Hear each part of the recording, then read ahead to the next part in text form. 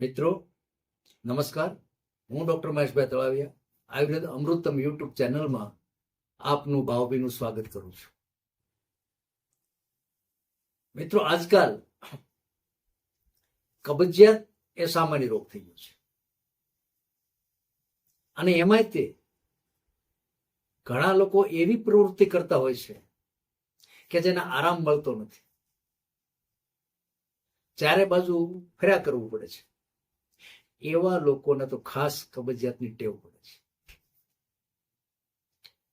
હવે આ જે કબજિયાત છે એ મુખ્યત્વે સામાન્ય બાબત છે, પરંતુ જ્યારે વિકરાળ સ્વરૂપ ધારણ કરે છે ત્યારે ઘણા બધા ગંભીર રોગો ઉત્પન્ન થાય છે. તો મિત્રો, આ કબજિયાત શું છે? તો કે આપણા આંતરડાની અંદર જે અવયવો આવેલા છે, એક તો સામાન્ય રીતે આખું આંતરડું, જેમાં પેરાસ્ટાલ્સિસની ક્રિયા એટલે સંકોચ ને વિકાસ, આ જે ક્રિયા થાય છે એ ક્રિયા ઓછી થઈ જાય, જેને આંકુચન અને પ્રસારણ કહેવામાં આવે છે. અંગ્રેજીમાં પેરાસ્ટાલ્સિસ ક્રિયા કહેવામાં આવે છે.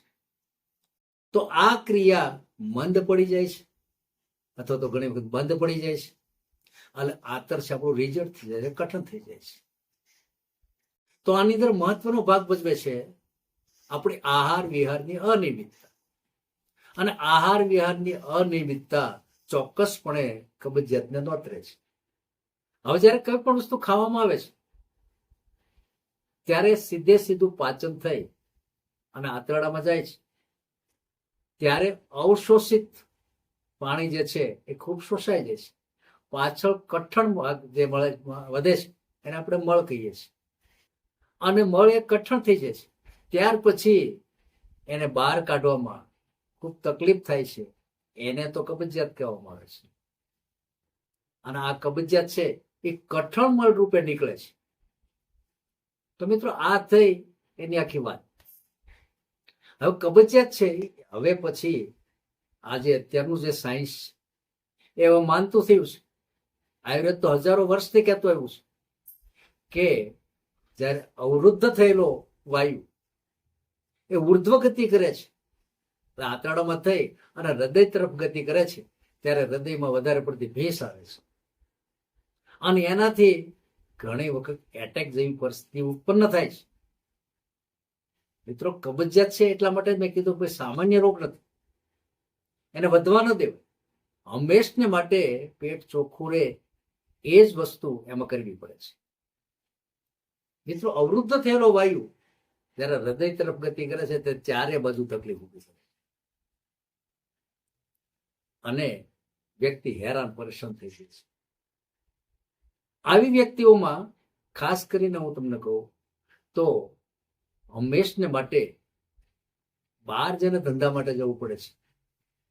એવા લોકોને સતત બેઠાડું જીવન જીવે છે એને પણ, અને જે ખોરાક પછી પાણી નિયમિત રીતે વધારે પડતું પીતા નથી, ઓછું પીવે છે એને, રાત્રિના સમયે ઉજાગરા કરે છે એને, ખૂબ તળેલા પદાર્થ, જંક પદાર્થ કે ફ્રાઈડ કરેલું ફૂડ આ ખૂબ લેવાય છે, ત્યારે જેને પાચનની અવ્યવસ્થા હોય એને, અને જેને મળત્યાગ કરતી વખતે ખૂબ જોર કરવું પડતું હોય એને મોસ્ટલી કબજિયાતની મોટામાં મોટી અસર થાય છે. મિત્રો, આયુર્વેદ માને છે કે જેનું પેટ સાફ એના રોગમાં. તો પેટ સાફ કરવા માટે આપણે માનીએ છીએ કે દવાની જરૂર પડે છે, પણ આયુર્વેદ એવું કહે છે કે દવાની જગ્યાએ તમે કુદરતી જે રીત અપનાવો એ ધ બેસ્ટ છે. હવે એ રીતની અંદર પાણી પુષ્કળ પ્રમાણમાં પીવું, ફાઈબરયુક્ત ખોરાક લેવો, કાચા શાકભાજી ખાવા, ફળ ફળાદીનો વિશેષ ઉપયોગ કરવો, આનાથી કબજિયાત એ થતું નથી. અને સામાન્ય કબજિયાત હોય તો 100% મટી જાય છે. અને જ્યારે આપણને ટેવ પડે છે દવાની, ત્યારે મિત્રો એ ટેવ એટલી હદે ખરાબ રીતે અસર કરે શરીરમાં કે તમે એક દિવસ ન લ્યો તો પણ કબજિયાત થઈ જાય છે. આયુર્વેદની અંદર ઘણા બધા ઔષધો છે જે બે વિભાગમાં વેચાયેલા છે, જેને અંગ્રેજીમાં લેક્ઝેટિવ કહેવાય છે અને બીજું પર્ગેટિવ કહેવાય છે. તો પર્ગેટિવ અને લેક્ઝેટિવ એ બંનેની ટેવ ન પડવી. પર્ગેટિવ એટલે તે તીવ્ર રહે છે અને લેક્ઝેટિવ એટલે સામાન્ય. હવે લેક્ઝેટિવ તો ઘણું બધું છે. લેક્ઝેટિવની અંદર હરડે આવે છે, ત્રિફળા આવે છે, ઈસબગુલ આવે છે, ઘણું બધું આવે છે. અને ખાસ તો જ્યારે પંચસ્કાર ચૂર્ણ પણ આવે છે એની અંદર. તો આ બધી જે આઈટમ જે છે દવાઓની, એની સમયાંતરે ટેવ પડે છે.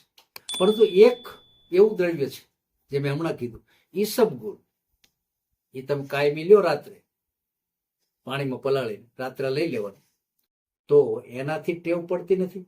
વધારે પડતું ફાઈબર જવાથી એ પેરાસાલ્સિસની ક્રિયા પણ વધારી દે છે અને આંતરડામાંથી મળ છૂટો પડી સરળતાથી નીકળી જાય છે. મિત્રો, આ છે એક આ આયુર્વેદ પરિભાષા.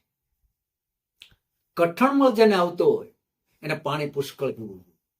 દ્રાક્ષ પણ એટલી જ ખાવી જોઈએ, પપૈયું પણ એટલું જ ખાવું જોઈએ. આટલું જો કરે તો એને દવાની જરૂર પડતી નથી. પરંતુ જેને અધૂરો મળ નીકળે છે, ભલે તો કઠણ હોય કે પછી પાતળો હોય, તો એના માટે એ ત્રિફળાથી બેસ્ટ છે. અને જ્યારે વાયુનો વિકાર વધારે હોય મિત્રો, વૃદ્ધાવસ્થાની અંદર, તે મેં ઘણી વખત કીધેલું છે, તો એવા વ્યક્તિઓ માટે દૂધમાં એરડિયું ખૂબ સારું છે. રાત્રે સૂતી વખતે લઈ લેવું પડે છે.